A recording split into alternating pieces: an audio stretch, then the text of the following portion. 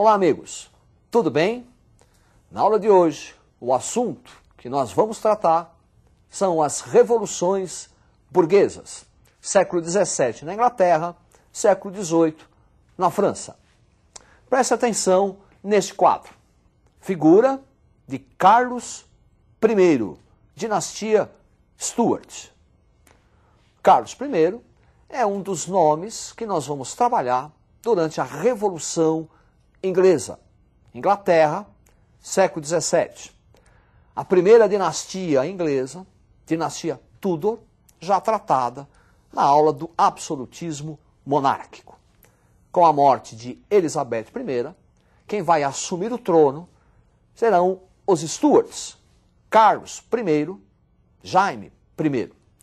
E durante o governo, a dinastia dos Stuarts, inicia-se um confronto entre a monarquia, adepta do absolutismo monárquico, e o parlamento britânico, composto em sua grande maioria por burgueses, calvinistas, puritanos, que viam no absolutismo monárquico um obstáculo, um entrave ao pleno desenvolvimento econômico. Preste atenção no quadro.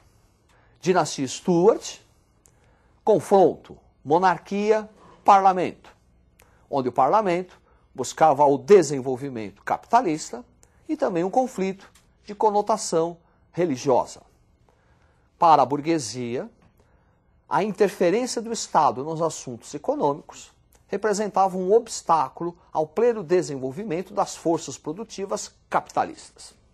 Também a Revolução na Inglaterra vai ter um caráter religioso. Vamos entender. O Stuart, Carlos e Jaime, é católico. A Igreja Oficial da Inglaterra, desde Henrique VIII, é anglicana. E o parlamento, os burgueses, eram calvinistas. Os calvinistas na Inglaterra eram duas designações, presbiterianos ou puritanos. Então perceba que além de uma motivação econômica, eliminar os entraves que o absolutismo impunha ao pleno desenvolvimento das forças produtivas, nós vamos ter também, na Revolução Inglesa, um caráter religioso. A dinastia Stuart tentando colocar o catolicismo como a religião dominante, entrando em confronto com a religião do Estado e com a religião da maioria dos parlamentares da Inglaterra, o puritanismo. Desse confronto, o líder do parlamento será Oliver Cromwell. Uma guerra civil para procurar eliminar os obstáculos e impor a religião puritana. Oliver Cromwell vai impor uma série de reformas na Inglaterra, mudando bastante o curso da história inglesa. Preste atenção no quadro. Oliver Cromwell, desenvolvimento agrário, implantação da República, ato de navegação, 1651. Oliver Cromwell será o primeiro e único presidente da República Inglesa. É o único momento em toda a história inglesa que a monarquia deixa de existir. É o período do protetorado de Oliver Cromwell. E durante o seu governo, que na verdade será uma ditadura, Oliver Cromwell vai incentivar o desenvolvimento capitalista. Primeiro, fazendo uma verdadeira revolução lá na agricultura, incentivando, expandindo ainda mais a política dos cercamentos. Que consistia isso? Nós vamos utilizar as terras comuns para a pastagem, criação de ovelhas, para o fornecimento da matéria-prima da indústria têxtil, a lã, gerando assim um êxodo rural que vai possibilitar o desenvolvimento das cidades e a formação de uma mão de obra para a futura industrialização inglesa. Oliver Cromwell também é o responsável pelo ato de navegação, 1651, quando a Inglaterra começa a se transformar na principal potência marítima. Qualquer produto inglês só pode ser transportado em navio inglês. Qualquer produto, não importa o país, que se dirija para a Inglaterra, também tem que ser transportado em navio inglês. Assim, a Inglaterra inicia a sua supremacia marítima, exercendo um acúmulo de capital através das atividades comerciais. Portanto, o período de Oliver Cromwell é importante porque representa a eliminação de alguns entraves, de alguns obstáculos para o desenvolvimento do capitalismo na Inglaterra. Com a morte de Oliver Cromwell, há a restauração da monarquia. Significa dizer, o Stuart, a dinastia dos Stuarts, volta à Inglaterra. Carlos II, Jaime II, novamente aí, confronto monarquia-parlamento. Novamente aí, confronto de conotação religiosa. E é nesse contexto que nós vamos ter um segundo processo revolucionário, chamado Revolução Gloriosa. Preste atenção nessa gravura. Figura importante do pensamento inglês, John Locke. John Locke tem uma ideia básica que vai servir para a ideologia da Revolução Gloriosa. O homem tem direitos naturais. Direito à liberdade, direito à propriedade privada e direito a se revoltar contra governos tirânicos. É dessa base que os ingleses vão buscar momentos ideológicos, buscar sentimentos para patrocinarem a Revolução Gloriosa. Guilherme de Orange, casado com Maria Stuart, será convidado a ocupar o trono inglês. Em troca, ele vai garantir que o anglicanismo seja a religião oficial da Inglaterra. Esse momento é chamado de Revolução Gloriosa. Preste atenção no quadro. Revolução Gloriosa, 1688, Bill of Rights, Declaração dos Direitos, vitória da burguesia capitalista e adoção da monarquia parlamentar. Bill of Rights, Declaração dos Direitos.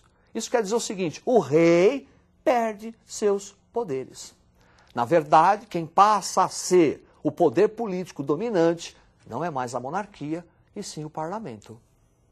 Monarquia parlamentar. Tem rei, mas o rei não manda mais como mandava antes. E isso representa uma vitória da burguesia. A partir daí, a burguesia ocupa o aparelho do Estado inglês, facilitando o desenvolvimento capitalista. Não é à toa que a Revolução Industrial começou na Inglaterra. Agora nós vamos analisar uma outra revolução burguesa. Preste atenção na gravura. A queda da Bastilha. Momento importante da história, não só francesa, como da história universal. Vamos analisar o que foi a Revolução Francesa, que é um marco na queda do antigo regime. Analisando primeiro as causas que levaram a esse processo político. Preste atenção no quadro. Revolução Francesa, crise econômica e sociedade estamental. Crise econômica, resultado do colapso do feudalismo. A França, em pleno século XVIII, ainda tinha uma estrutura feudal, uma enorme dependência da agricultura. A partir de 1772, clima na Europa começa a sofrer transformações. Queda bruscas de temperatura, geadas, atrapalhando a colheita, gerando períodos de fome e miséria. Sociedade estamental, ainda um traço do feudalismo. A sociedade francesa em pleno século XVIII ainda tinha primeiro estado, segundo estado, terceiro estado e os privilégios que cada estamento tinha disso. Voltando ao quadro. A miséria e o iluminismo também são causas da Revolução Francesa. Essa miséria por conta da péssima produção agrícola, dos altos impostos e de uma crise econômica que a França entra a partir do século XVIII, motivada por duas guerras. A participação da França na chamada Guerra dos 7 Anos contra a Inglaterra por áreas coloniais na América do Norte e a participação da França na Guerra de Independência dos Estados Unidos. Esses dois conflitos vão contribuir para aumentar a crise econômica, que passa a se transformar em crise financeira. E quem sustentava o Estado, quem tinha que arcar com as despesas, era somente o terceiro Estado. Portanto, a Revolução Francesa é um levante do terceiro Estado, que era formado pela burguesia, não somente, mas pelo campesinato, pelos trabalhadores urbanos, artesãos, contra esse excessivo tributo, essa tributação excessiva que o Estado francês começa a impor por conta da crise econômica e crise financeira. E o Iluminismo, Rousseau, Voltaire, Diderot, Montesquieu, e as ideias de liberdade, igualdade e fraternidade.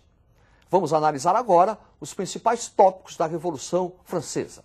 Preste atenção no quadro.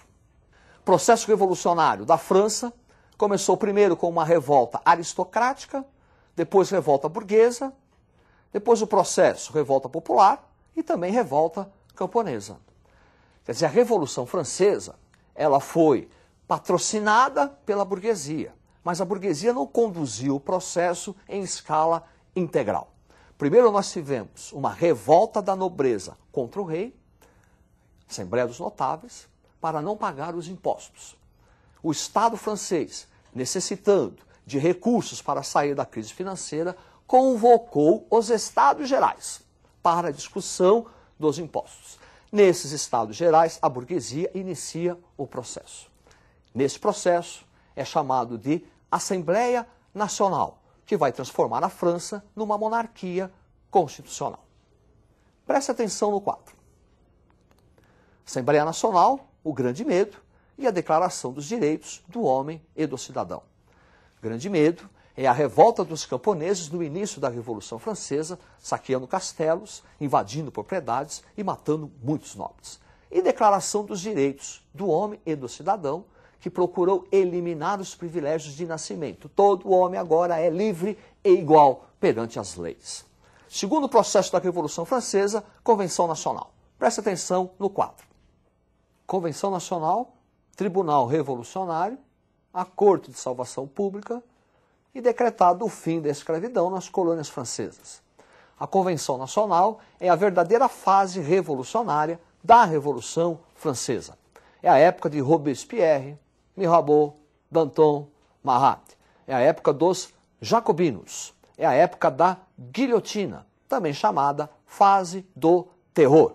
E o primeiro a conhecer a guilhotina será o próprio rei Luís XVI. Após a fase da Convenção Nacional, nós vamos ter a chamada fase do diretório, que é quando a burguesia retoma o poder político. Durante o diretório, grave crise econômica, grave crise política, corrupção e o retorno do Grande Medo. Temendo uma revolta popular, a burguesia convida Napoleão Bonaparte a ocupar o poder. É o famoso 18 de Brumário. Estudem, alunos. Até a próxima. Uma boa sorte.